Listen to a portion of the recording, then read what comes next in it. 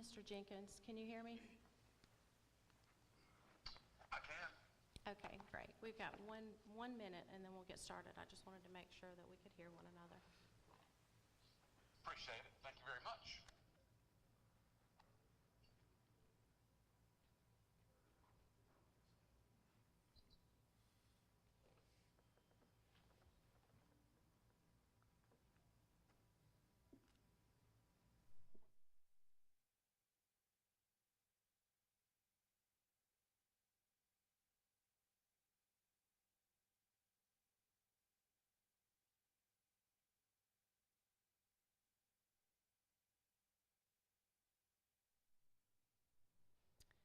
Okay, it is now 6:30, and I'll call our meeting to order.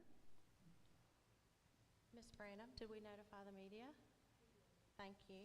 And I do declare that we have a quorum with all board members present. We do have one board member, Mr. Chip Jenkins, who is joining us via telephone. In order to move forward, we do need approval for the agenda that's in front of us. Make a motion to approve the agenda. I'll second. Thank you, Mr. Carpenter. Thank you, Mr. Hughes. Is there any questions or discussion on the agenda? All those in favor of approving the agenda as is, please raise your hand. Mr. Jenkins? Yeah, approve. Thank you. That's unanimous. I do want to welcome everyone here tonight. I want to welcome the community members and especially our new board members. For seat 1, we have Ms. Tabitha Kitt with us. For seat 3, we have Ms. Heather Elders. And for seat 7, we have Mr. Chip Jenkins, who is with us by phone. For those that weren't here a few minutes ago, Ms. Kitt and Ms. Elders were sworn in just prior to the board meeting, and Mr. Jenkins was sworn in last week before he left town. So just wanted to welcome everyone tonight, and now we're going to move to our Pledge of Allegiance that will be led by Hickory Tavern student Sam Parsons.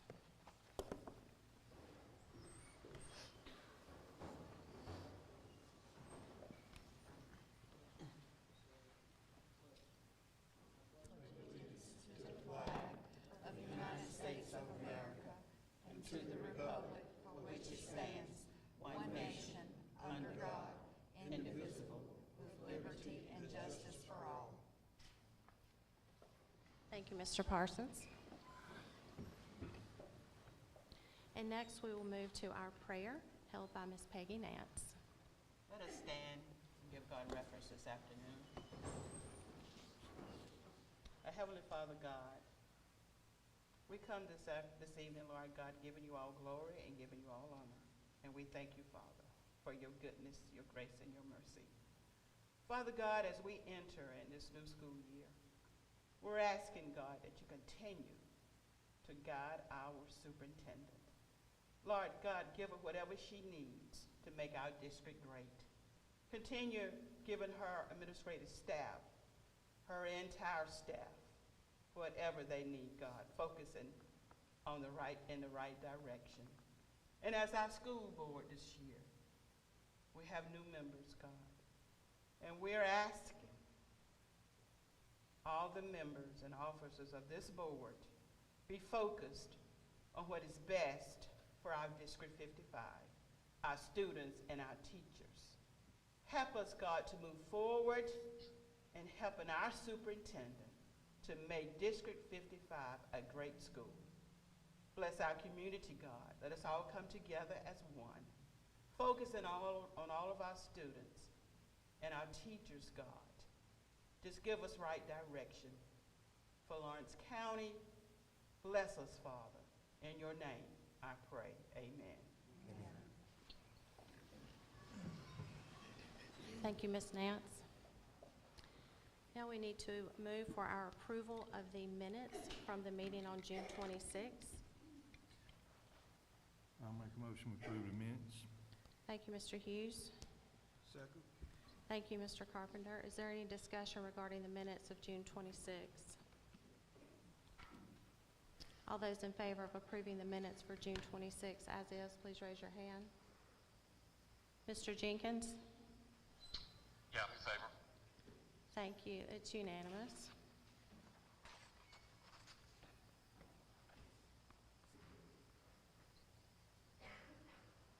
And now we will have a report from Miss Emily Starling, our Hickory Tavern School Principal. Thank you very much, Board. Thank you for community and my staff for being here tonight. We appreciate you all coming out. So we'll get started a little bit with what's been happening at Hickory Tavern. All right.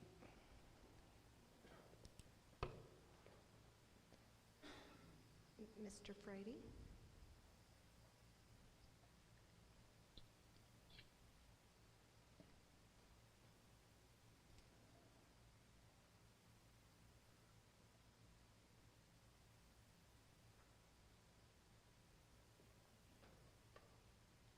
You want me to start clicking now? Okay. All right.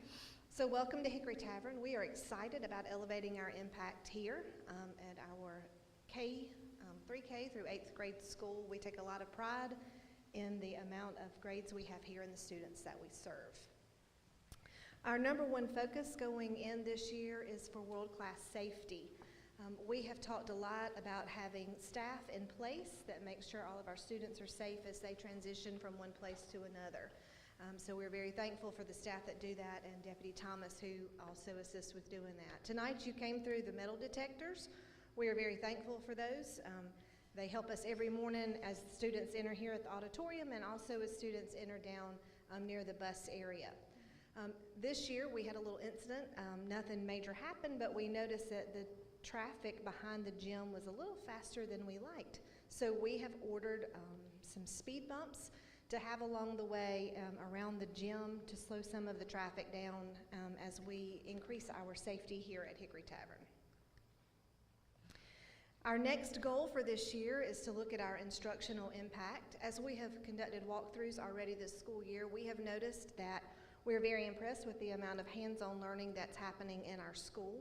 When we have a focus wall, we can be very intentional about making sure that is happening and that we want to have hands-on manipulatives in all classes for writing, reading, math, science, and social studies. Okay.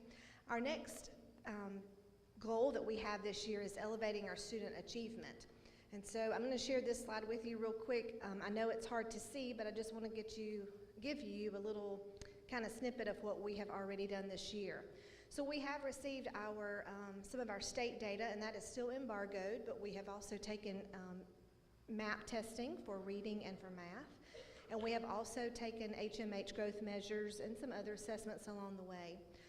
So each year, at several different times throughout the year, we sit down with teachers and we discuss our student needs. And so this particular screenshot is of a class that we looked at through our Panther Pride. And so Panther Pride is where we take the data and we look at the student needs and we decide what next steps we need to take. So every student here receives solid Tier 1 instruction in the classroom, and some students may need Tier 2 or Tier 3 intervention. And so we take this piece of information and we decide what is best for the students moving forward so that we can all reach our goals from an academic standpoint. Again, I mentioned this earlier about a focus wall. Every classroom has a navigational board. This is one that is excellent. It has the standard listed, I can statement, so that's the focus for the students as they learn through the lesson. They have an essential question, so that's the question we want to be able to answer at the end of the lesson, and they have some goals and an agenda. So that is very important as we are moving through the building and we're walking into our classrooms.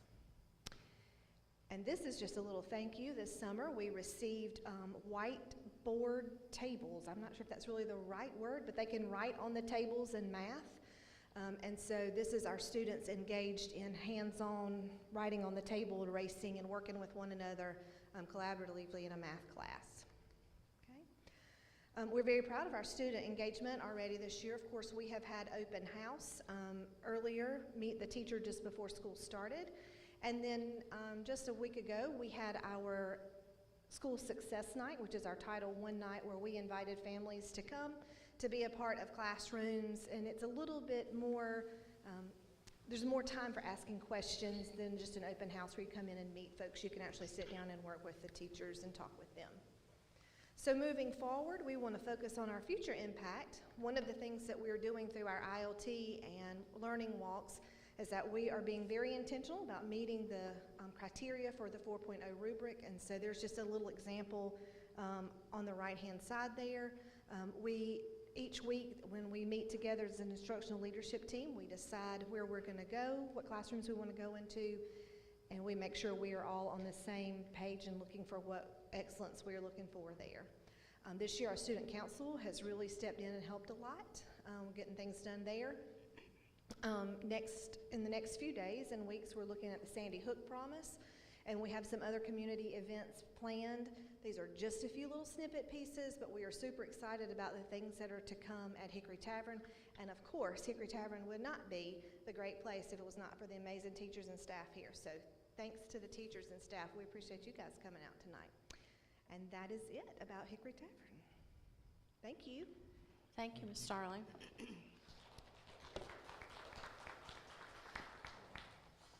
Dr. Thomas? Thank you.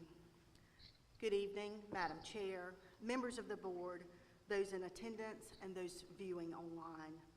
Welcome to the first board meeting of the 23-24 school year. I would like to extend a very warm welcome to our newly elected board members, Ms. Heather Elders, Mr. Chip Jenkins, and Ms. Tabitha Kitt. Welcome. At this time, I would like to take the opportunity to provide some district updates. The 23-24 school year is here and well underway. We were very excited to welcome our students back on August the 1st, and we had a very strong start to the school year. We're thrilled that as we embark on a new academic year, filled with endless possibilities of all the great things that our students will learn and be exposed to this school year. As we started this year, we reflected on the successes of the past year, and we set our sights on even greater achievements ahead. We made some strides over the last few years, and our team worked diligently over the summer to identify strengths, weaknesses, and goals as we focus on continuous improvement. We continue to strive for excellence and ensure that our schools remain nurturing and empowering environments for our students to learn, grow, and succeed. Over the past few weeks, our team successfully supported the opening of a new school year while keeping in mind our mission of empowering and inspiring all to be educated and informed. During the summer and since the beginning of the school year, we've been engaged in professional learning opportunities, and we've visited schools to engage in instructional learning walks and coaching sessions to provide support and specific feedback to help move learning and instruction forward. We continue to focus on our goals of safety, high-quality instruction, increased student achievement, effective communication, and family engagement. Our district-wide theme for this year is Elevate Your Impact. We're all focused on elevating our impact for every child, every chance, every day. On opening day, we all wore shirts that said, "Champions, elevate your impact," with the definition of elevate listed as to improve, lift up, or make higher. In essence, this was symbolic of our commitment to continue to take actions to go beyond the ordinary and create a greater positive impact. We also had some wonderful summer learning opportunities that we provided for our students throughout the summer. Although we had a much shorter summer break this year, we were very, very busy. So we had to fit all the things we typically do in a regular summer into a much shorter time span. But we were still able to provide some very productive summer programs for our students and just some great summer learning opportunities. In our CERDEP summer program, we serve 56 four-year-old kindergarten students. And in our physical education program, we serve 39 students. We offered fine arts camps for our students as well, and we serve 48 students in the fine arts program. our 21st century at the elementary level, we serve 285 students. And at the middle school level, we serve 95 students. And of our high school summer program, 94 students, earn credits. And our summer bridge program included rising ninth grade students who earn 2 elective credits for the courses of game design and sociology. And we serve 23 students in that program. Our third grade reading camp, we served 51 students attended, and for our second grade, we also had a second grade summer reading camp extension where we served 36 students. So we're always eager to provide opportunities to keep our students engaged during the summer, as well as during the school year, but we really try to target and focus and provide opportunities during the summer as well, and to provide various learning opportunities for our students. I would like to take this opportunity to encourage all parents to please attend parent-teacher conferences this week. If you've not received information or if you still have questions, please contact your child's teacher or principal, contact their school. But it's very important to take the opportunity to meet with the teachers and to get information and to have an opportunity to ask questions. Please note that there will be no school for students on Friday, September the 1st, and all offices and schools will be closed on Monday, September the 4th for Labor Day holiday. We have still been providing our Parent Academy sessions. The data still indicates a need for Parent Academy sessions on mental health. We're excited to continue to partner with the Cook Center for Human Connection to provide some of these opportunities. We had our first mental health series on Thursday, August the 24th, titled Everyday Happiness. This connected to our opening day message from our speaker known as Kim, the Happiness Speaker, who encouraged all of us to be happy and to work happy. The recording of this session is available on our website for any of you who would like to view it, who did not get to view it on the 24th. We do have another virtual Parent Academy session that is scheduled for September the 14th from 6 to 7 p.m. titled Building Your Child's Confidence. You can register on our website for this information. It's also on social media. And also, parentguidance.org is a resource, and we have a link on our website as well to please visit to get information. There's many different sessions and topics that we face as parents or as community members, as educators, just to help us support our students. So I do encourage everyone to visit our website and parentguidance.org in order to look at the resources available.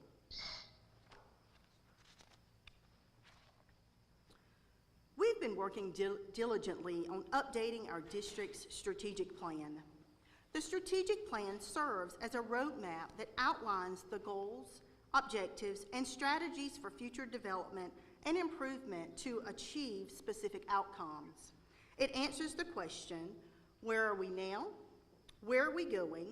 How will we work together on behalf of our students to reach our optimal future? As you can see from our timeline, we've been working very hard on this. We started in 2019. The strategic plan was created and it was approved by the board. In 2020 to 2021, the district had many changes, including new leadership, new board members, the pandemic, student learning loss. And in 2022, we thought it necessary to review and update the plan to reflect current conditions. We recognize that the plan this time must include very specific implementation plans to make measurable progress. The winter and spring of 2023, we had teams of educators who've been working very hard on creating district-level implementation plans that include strategies and measures. We saw that this was something that was missing, and we definitely knew that we needed to have this component put in place. This is very technical work, and it must be completed by trained educational professionals and experienced educators. Teams are now working on creating school-level implementation plans. The board approved the priorities and objectives, and these will remain for the duration of the plan. The board sets the direction, and the educators determine how the direction will be achieved. Our priorities are instructional focus, recruitment, retention, and development of staff, facilities and fiscal responsibility, and partnering for student growth. We will share one per meeting to make sure that we are very transparent with sharing all of this information as it relates to the implementation plans. They're all very important. But we thought we would start with the plan for strategic priority 4, partnering for student growth, because we know that it takes a village and that we all have to partner together. It's very important that we're all working toward that main focus of doing what's best for students. So we wanted to start with this goal initially, and this will be shared shortly by one of our teams that worked on this priority, Dr. Jody Penland, Mr. Pharrell Thomas, Mr. Josh Dawkins, and Ms. Faye Colley. They will share some information about this specific priority in the implementation plan, and they will include the information on the strategic indicator that tells us what we will measure, the metric, how we will measure it, and the benchmark, how will we define success. In Lawrence 55, we believe that every position has value, and it truly takes a village to support our scholars. It takes leadership, it takes focus on the right things, it takes commitment, dedication, hard work, and sacrifices to impact the lives of students. I would like to take this opportunity to say thank you to our staff, to our teachers and administrators for choosing Lawrence County School District 55 and for choosing to make a difference. Also, thank you to our students and our parents for choosing Lawrence 55 as well and for helping us have a strong start. We're very excited about all of the opportunities ahead as we continue to empower and inspire all to be educated and informed, and we're looking forward to an amazing year. At this time, if you all would please turn your attention, I have a brief video highlighting the first weeks back at school.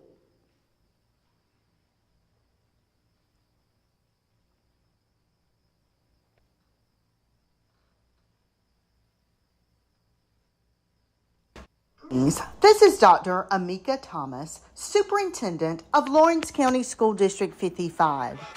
It is with great pleasure that I welcome you to the 23-24 school year.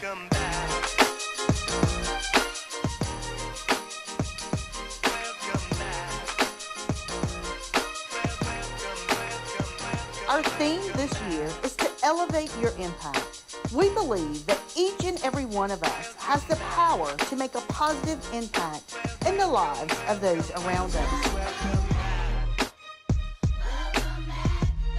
You know you like that. You know you like that. As we continue this new chapter together, let us elevate our impact.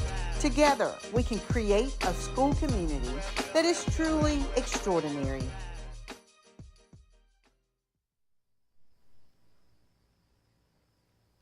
Again, we're very excited about all of the opportunities that await this school year and just all of the different things. And always feel free to reach out to the district office or to the school administration if there's ever any questions or concerns that you all may have.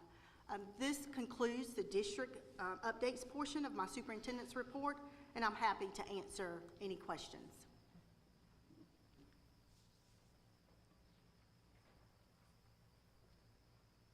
Okay, thank you. At this time, I ask Ms. Amanda Lacarose to share information regarding the Continuity of Services Plan.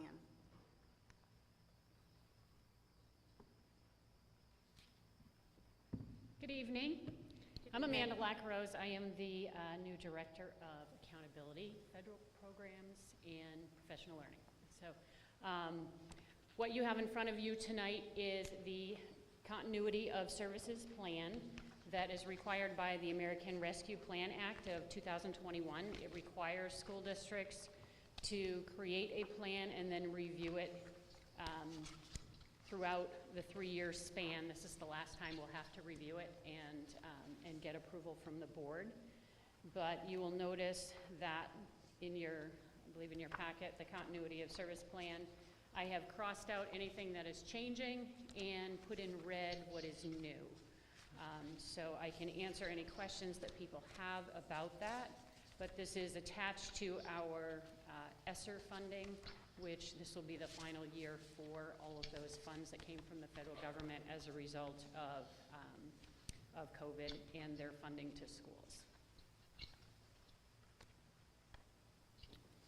I do have a question for you. Under the contact tracing in combination with isolation and quarantine,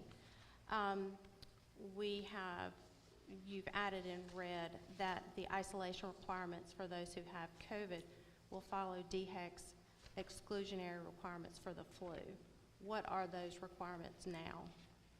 Today, Yeah, right what are now, the DHEC's exclusionary right, requirements so for flu? what that's saying is that we'll continue to follow what they are, so if they change or something like that, we will change along with them. That's what that's saying. Right. But right now, I if understand somebody that. has the flu, then if they have fever, vomiting, they need to be out of school for, I believe it's 24 hours. For 5 days for COVID. So if we're, I'm sorry, Dr. Penland, what did you say there? He does the nurses.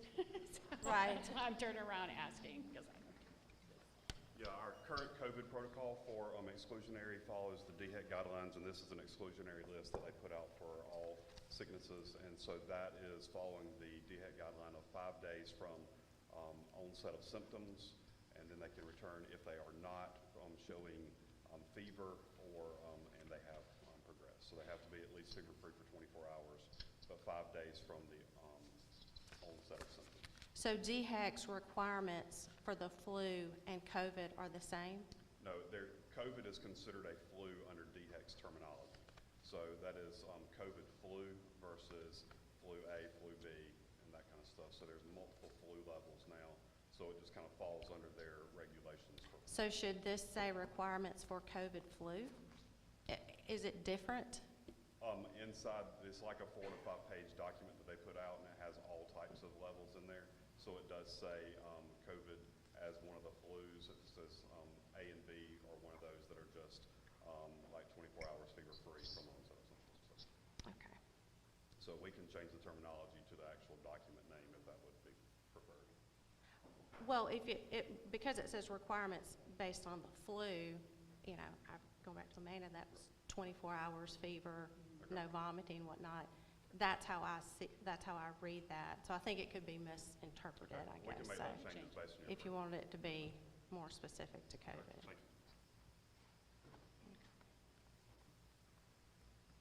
And then I did notice on, have to try to scroll to get to the section that it was on, but there was a statement that said field trips were reinstated for the 21-22 school year. I assume the field trips are still reinstated. Does that just need to be updated or struck out? let me get to that piece. Well, we're just saying that that is when we reinstated them. Okay. So they were For some reinstated others, since then, that's what some that's other saying. areas of the document, you just kind of took those types of things out, so. Okay, that's all. Thank you.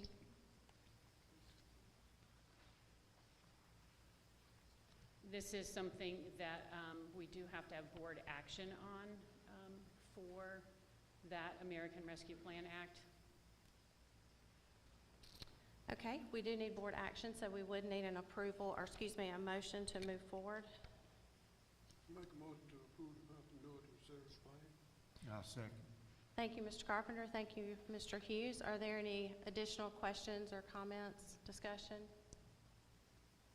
Okay, all those in favor of approving the continuity of services plan, please raise your hand. Mr. Jenkins? Yes, I approve. Thank you, that's unanimous. Thank you. Thank you, Ms. Lackarose.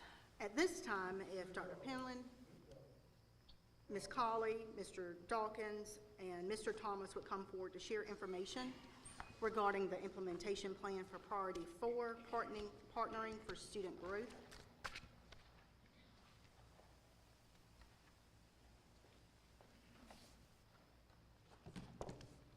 Good evening, everybody. Good evening. My part is partnering for student growth. I'm only going to highlight three, but number one, communicating timely, clearly, and transparently with all stakeholders, the vision and the plan for our district, as well as utilizing families to increase student success, and also develop partnerships with local businesses to assist with retention and recruitment of teachers for the district.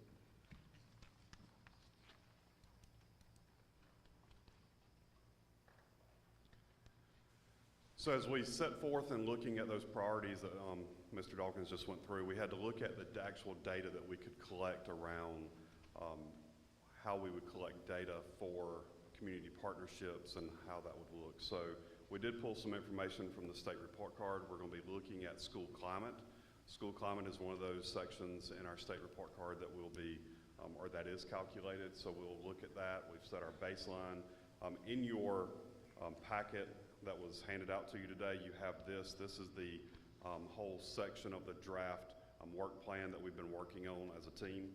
And so you can see through there, we've addressed the strategic priority, and the strategic indicators would be our data. So school climate is one of those things, and also as part of the surveys that are sent home, we'll also be looking at the percent satisfied with homeschool relations.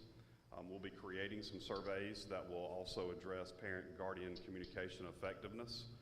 And also we'll be tracking and begin to track our parent-guardian attendance with this week's conferences, and also their attendance to school events. And we'll also have already calculated how many partnerships we have at each school, and we'll continue to show that that's growing and building those stronger partnerships at each one of those schools.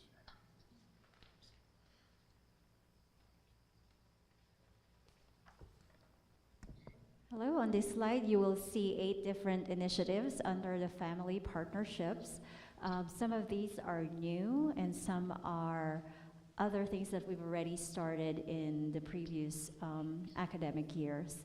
So one of those things that are continuing from last year is our Parent Virtual Academy that's actually being focused on the academic and social emotional needs of our students. Also giving support to parents to support their children at home. So with the new initiatives, we have what Dr. Penland mentioned earlier. We'll be starting some surveys. So item 4, communication survey. We will try to start gathering data, baseline data on the effectiveness of our campaign to spread information, and also promoting the school district spirit and the student and faculty morale.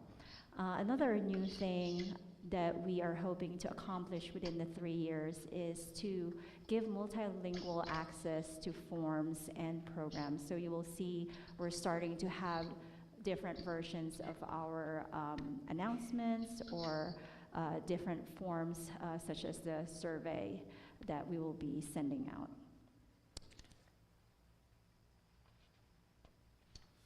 All right, good evening. And the last piece of this, the district and schools individually and collectively as a whole are vital and integral parts of the community. So community partnerships within the district and schools are critical to the success of this strategy and initiative. So we want to continue to do that by expanding pool of funds by various school appreciation activities, holding community business partnership lunches, award lunches, and continuing to expand on our partnerships with the local law enforcement, host the beginning of the year information nights, parent conferences in literacy and STEM nights, as well as scheduled events during various times of the day to reach and engage different groups of parents and families. So this part here on the district level also will follow with the individual schools as well, doing these same and implementing these same strategies as well. Thank you.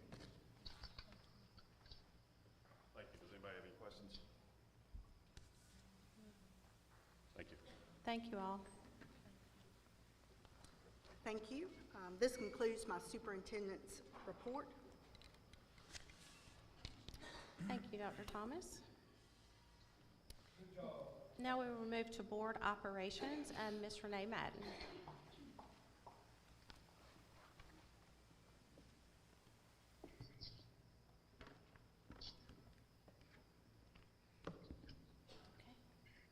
All right. Good evening, Madam Superintendent, Madam Board Chair, board members. I am here to present the following administrative rules. Administrative Rule AR-GCC-R, as well as AR-GDC-R.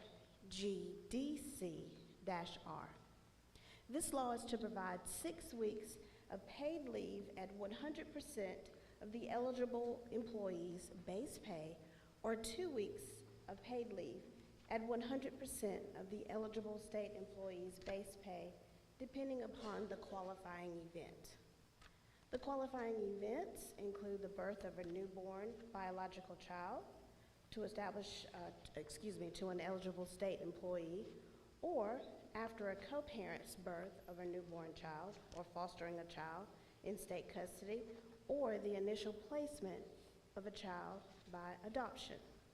To be eligible, the employee must be in a full-time equivalent position. There's no service requirement to be eligible, and determinations are made as of the date of the birth, adoption, or foster care placement. To qualify for PPL, the adoption, birth, or foster care placement must occur on or after June 26, 2023. Are there any questions? Thank you. Thank you, Ms. Madden. And just to clarify for the new board members, if there is a policy that needs changing, then we do, those are the items that we vote on, but an administrative rule the board does not take action on. Dr. Jody Penland. Good evening. Good evening. We're participating in a best practice for accountability review offered by the South Carolina State Department of Education. And during that review, it was brought to our attention that we needed to change a few things in regards to State Board Regulation 43-274 that focuses on student attendance. There were 3 areas that we needed to address in reference to this policy, and also for attendance recovery. Our attendance recovery that we currently have at the high school needed to be expanded to a K-12 system and not just focus on 9 through 12. We also needed to address the allowable 10 days for absences, and this does not only address the unexcused, unlawful absences, but it also has to include those that are lawful and excused. So we have to look at attendance as a whole for 170 days at least in attendance versus allowing all the excused absences to accumulate. Also, in our administrative rule, we needed to limit the number of days the principal could approve beyond the excess of 10 days. So whenever we're looking at the update in the administrative rule, JHR, student absences and excuses, you can see the red text is what was added. We had to set the limit for the number of days a principal could approve. In the prior administrative rule, it was that they could basically approve anything over the 10 and did not set a limit. So the state wanted us to set that limit, so we set the limit to 10 additional days, and anything over the 10 allowable, the 10 the principal could excuse, so that's 20. Anything beyond that can come to the district level to address those that are unusual or kind of those weird mitigating circumstances that may happen that need to be addressed. So to address the attendance recovery, you will also find at your seat a document that is a parent letter that we're sending out during open house and will be sent to all those. And it addresses what our attendance policy is and how we need to address that with attendance recovery. To address the attendance recovery, we'll be sending this home, and it also addresses in there the lawful requirement to have 170 days in attendance. This document addresses the lawful and excused, unlawful, unexcused, and the state regulation provides examples for making up this time for us, and that includes after school, weekend, extended year options, and where we're looking to make this time up throughout the school year. We will be using after school and intercession times to allow students to come back and make up that seat time. And extended school year and summer school will also be an alternative whenever we're going into summer based on the need. So we are anticipating that this will have a huge impact on our attendance and approving our attendance. One piece of data that I want to share with you, or a couple pieces of data, is our attendance rate is 91.5%. So whenever you hear 91.5%, that sounds like an A. It sounds like it's good. It's in the 90s. But whenever you think about that and look at the number of students that we have, the number of absences that we had over last year, we had 75,000 absences last year. That's on average of 417 students are not in a seat each day. So we have to do something to help improve, encourage, and get our students back in the buildings each and every day. We also have, so whenever you hear lawful and unlawful absences, there is the component of our law that we have to address truancy. If a student misses 3 consecutive unlawful, unexcused days, or 5 total unlawful, unexcused days, we have to go through the truancy process on those students. And that starts implementing an intervention plan for their attendance and that type of thing. But lawful excuses, even though there might be 20 lawful excuses, they would never go through the truancy process. So looking at those kids that had at least 3 or 5 unlawful absences, we had right at 600 truancy cases last year. We brought, and if they don't address and don't correct their attendance after we do the truancy intervention plan, we have a truancy committee at the district office that they come through and sit through a meeting and kind of giving them things that they need to rectify for their attendance. We had 138 to attend the district level truancy process at our district. So we're really looking at kind of fine tuning our attendance kind of procedures.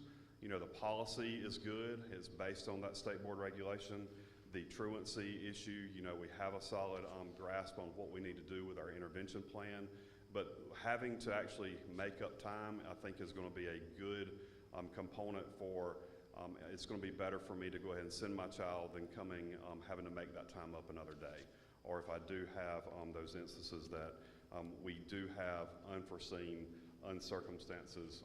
mitigating circumstances that we need to approve, we now have in the administrative rules some guidance on how that needs to look in the approval at the principal level and then also when it rolls up to the district level.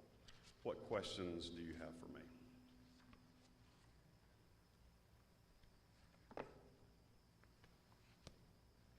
Thank you so much.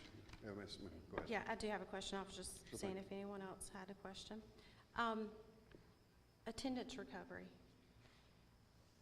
What is the expectation right now? I know that we're not doing that at K through 8. We're only doing that at the high school. Mhm.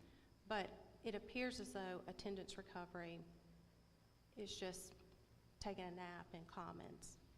So how is that really helping us? What can we do to make that scenario better? And what can we do to limit attendance recovery to say, okay, now that you've missed X number of total days, the principal's approved an extra 10, Dr. Thomas has approved an extra 10. Now that we're at that level, Right. should we say no more attendance recovery? Should we put a stop to that? You know, that's going to be on a case-by-case basis. You know, if it's some students may have, severe chronic illness that we have not done homebound for. You know, so they may have several appointments that they're going to miss a certain period for. Yeah, and I'm not talking about Yeah, I those know. that have legitimate. But, we have that situation of, and in here it talks about, do I make up the time? Do I make up the work? And what's the combination of both? So in our administrative rule, there's a certain amount of time that you have to make up the work. because they're supposed to be 5 days to 10 days after they've missed the actual day to make up the work. The seat time requirement for making that up is by the 30 days after the end of the course. So there's a little bit of difference in, if they've already made up the work, that would be something that just coming in and making up the seat time is hard for them to say you need to go do this because this is what you missed, but they may have already done it. If we're able to offer makeup time and work at the same time, then that I'm just coming in and sitting and getting for no reason and sleeping, then that's more just punitive, but versus the actual recovering of the content and the time at the same time. But we are looking at trying to offer, especially at the elementary schools, and I know the high school has this also already, time to be made up in a very consistent manner. So I can assign you days to make up the following week. So that falls within the time that I missed the work. So I can make up that work and time at the same time. Right. So that's our goal. But I know some of that will kind of get pushed back versus I might miss a week, I get the week made up, and then I might have to come to intercession and make up several days versus just kind of staying after school and kind of making up that work at time at the same time. So that's our goal, because I know that that's not just a study hall sleep time, but having to make up that time and the work, there's two components of that. Right, right. And because of the State Department requirement, we can't move the 30 days after the end of the semester. Is it their requirement that we allow that, and so we can't move it to the 10-day window like you're talking about? The seat time, they allow for the 30 days after the school. So, they might miss several days, but it might take me a couple of months to make up the time, but I've already had to make up the work to turn in the work. But, they can make up the work at home, but that doesn't count as seat time. Gotcha. Okay, thank you. Yes, ma'am. Madam Chair, if I may, just to kind of, to add some additional clarification as well to your question and to Dr. Penland's report. If you all recall, at a previous board meeting, we talked about attendance, and we talked about how we have to have our students in the classrooms, we have to have our teachers in the classroom in order to really get the outcomes that we're wanting. And so at that time, I did mention about Dr. Penland's working with a committee and working with a group to have a very intentional and strategic focus on how we're going to do that to try to alleviate the problem. So that is something that is in play and that we're working on to get that very strategic and formal process of what we're going to do to try to alleviate the problem as much as possible. Okay, thank you. Thank you so much. And now we have Finance and Operations, and first up is Mr. Roberts. First, to talk about his synergistics report.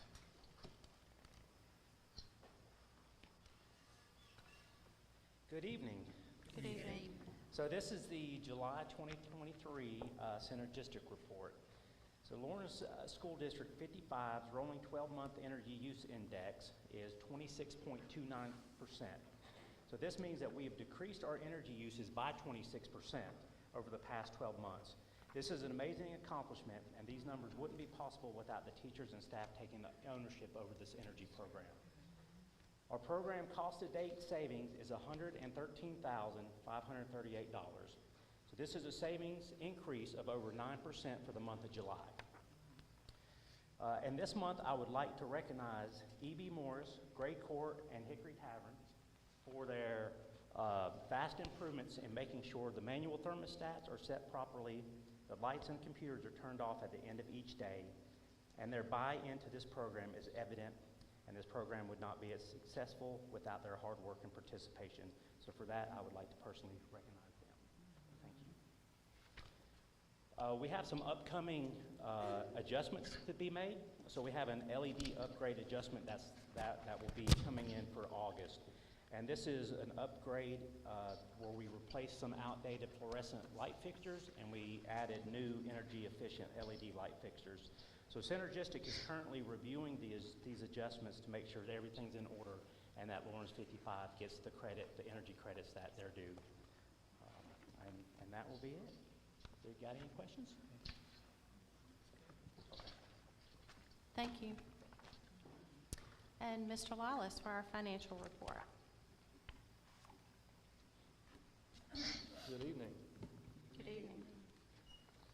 Each of you received a copy of the financial report for July of 2023. Our balance on hand with the Treasurer's Office at the end of July was $10,288,348.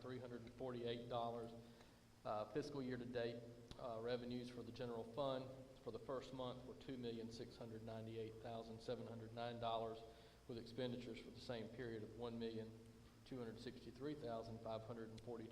for a difference of $1,435,167. The tax collections for the month of July were $410,996. Does anyone have any questions about the report? Okay. Back in June, the board passed a resolution authorizing the issuance of general obligation bonds not to exceed $7.6 million. In recent years, Lawrence 55 has issued taxable bonds. This year, because the spread in the interest rates between tax-exempt issues and taxable bond issues had increased significantly, the district chose to do a tax-exempt bond issue. So on August 24th, the district accepted a proposal from First Citizens Bank for the first of 2 bond issues for this fiscal year in the amount of $7,215,000, which will be repaid on March 1st. A separate smaller issue will be done in the spring for the remaining $385,000, and both of those issues will be paid off before our fiscal year end on June 30. The current issue provides the funding for our capital projects in addition to the lead corporation payment. The list of projects that were approved in June, it looks like the net amount of funds that we'll receive, and we should receive those funds early next month, will come in really close to what we had budgeted, within $10,000 out of that $4.4 million. So that's pretty good. And again, I was talking about the spread in the interest rates as an example of how rates have changed. In August of 21, we issued a taxable bond issue at 0.6%. Last year, it was 3.77%, and this year it's 4.74%. And that was with a tax-exempt issue. A taxable bond issue at this point would run around 6 to 6.25% interest. So interest rate environment has changed drastically in the last couple of years. But fortunately, we still had good growth in our capital projects fund and in our tax collections associated with it. So does anyone have any questions about the bond issue? All right, thank you very much. Thank you, Mr. Lawless. We now move on to public participation. Individuals who submitted the required form for the public participation portion of the meeting are strongly encouraged to maintain appropriate decorum while addressing the board. Please remember that this is a meeting of a public school board, and children may either be in attendance or watching via live stream. Please use appropriate language reflecting the nature of the meeting and its audience. Pursuant to Board Policy BEDH, speakers may offer objective comments on school operations and programs that concern them. The board will not permit in any public session any expression of personal complaints about school personnel, nor against any person connected within the school system. We have 2 members that are signed up to speak tonight, Dr. Catherine Evans and also Dr. Nick Ulmer. Ms. Evans, Dr. Evans, if you would like to come up first, please.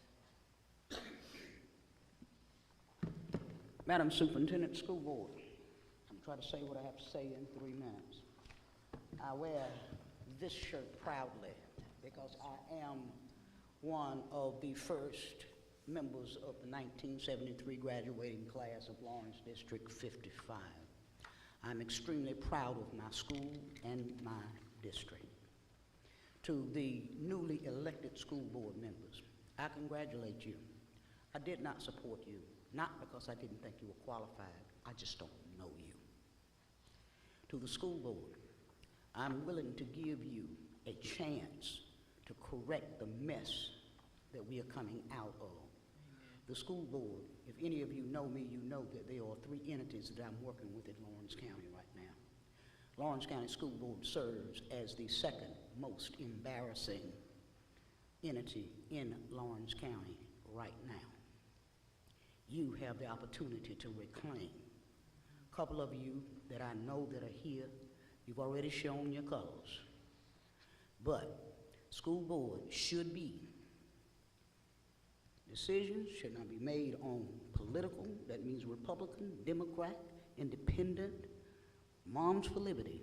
Decisions should not be made on whether you like somebody or don't like somebody. They should not be made because a person is black, white, or have a different sexual orientation than you do, or have a different religion than you do.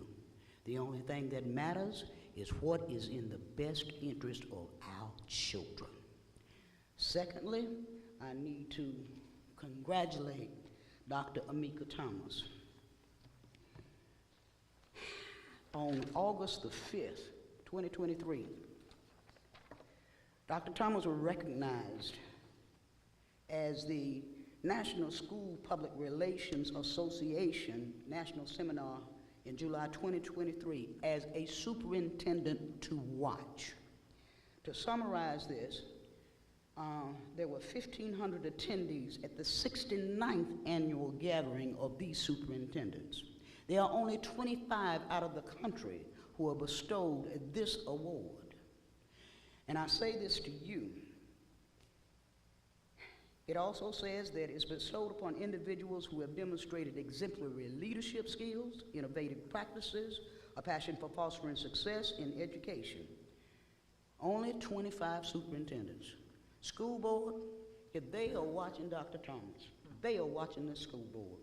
If they are watching this school board, they're watching this school district. If they're watching the school district, they are watching Lawrence County. Stop being an embarrassment to Lawrence County. Stand up on your feet and support Dr. Thomas and support the work that she's done. We are no longer number 49 worst school district in the United States. I think we're up to about 44 or 43, and it's because of the combined work of Dr. Thomas, this school board, and the educational staff to which she gave credit for receiving this award. I don't have enough of it to pass out to everybody, but you can Google Dr. Thomas recognized, Dr. Thomas, the superintendent to watch, and you can get this story. For whatever reason, I don't think the Lawrence Advertiser covered this, but go to golawrence.com, you can find it. So now, if you find a way to get rid of her, show me how you did it. Thank you, Dr. Evans. Your time is up.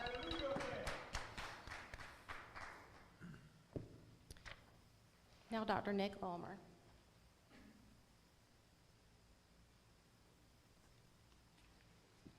Evening, Madam Chairman, Board, thank you for letting me come for a couple of minutes tonight. My name is Nick Ulmer. I'm a family physician here in the upstate. Been here for 31 years, and I speak tonight to you for my patients. My patients talk to me a lot in the office. I don't have a lot of answers, and so I'm just sharing with you some of the things they've said. Number one, they talk about you a lot. They're very excited about the new board members, so welcome. We are interested in what you're going to bring to us and the energy that we hope you'll bring to the board and the vision for a successful future. But they talk to me about where we are as a school, as our students and the performance, and I'm confused about that. Dr. Thomas earlier this year told us to quit looking at social media and go to the State Department of Education's report card. I'd never heard of that before, so I looked at the report card and looked at all the data that's there, and candidly, I was shocked. It's a very negative report card for Lawrence District 55. To me, it looks like we're going in the wrong direction. We're not keeping up with our peers year over year. What used to be a top third looks like a bottom third, and I'm concerned about that. 2 months ago, I saw the report you put out on the end of the year. It was optimistic, and I'm hopeful for the future, but I didn't see it compared to the report card, so I don't know how that stands. So my patients and I are confused. I've asked Mr. Carpenter 8 times in 3 months to answer that question, and he's refused to answer me. So now I have to come here over emails to ask you the question, where are we as a district for our students? Where's our future? Where are we going? And I echo you, Madam Chairman, this policy I had to sign tonight to come here to speak to you says, if I'm disrespectful, you call me out. If I don't listen, you extract me from this meeting, and my punishment is I don't come back for 3 months. I'm not sure I've seen that happen here. So I encourage the board, follow the policy, get your work done. There is nothing more important than the students of this district. They're our future, and you have to help us mold them to successful citizens. Thank you very much. Thank you, Dr. Ulmer. Madam Chair, Yes, Mr. I'm not Carpenter? gonna allow him to say that he asked me. This is my first time laying sight on this man. He has never asked me anything. He's telling a lie, and I don't mind saying it. Well, I think that's, I don't think that we should be addressing the public from this But forum. he's lying, and I'm not gonna let him just tell a blatant lie on me and walk away with it. No, no. That man ain't never laid an eye on him. Dr. Ulmer, I believe Dr. Ulmer's words, I'm sure he can read it back, said that I can respond. that you did not respond to his emails. Was that correct? I have emails over the past 3 months. Yes, ma'am. Thank you. And that was my response to Mr. Carpenter. I get a lot of emails that say private, and I'm thinking that he's one of those, because I would recognize his name. Well, Because I returned. I think at this point that Dr. Ulmer knows that maybe he needs to call you now or address his email differently, and you know that he's looking to speak to you. So I think that we should end this. I think we should, right, that's what I'm saying. So we shouldn't continue this conversation here, so. Be And more y'all than can happy to. connect later. Thank you. Thank you. Thank you for those who participated in public participation. We now move to executive session, and we will need a motion. I make a motion, move executive session. Thank you, Mr. Hughes. I'll second that. Thank you, Ms. Elders. All those in favor of executive session, please raise your hand. All right, we're going to executive session now.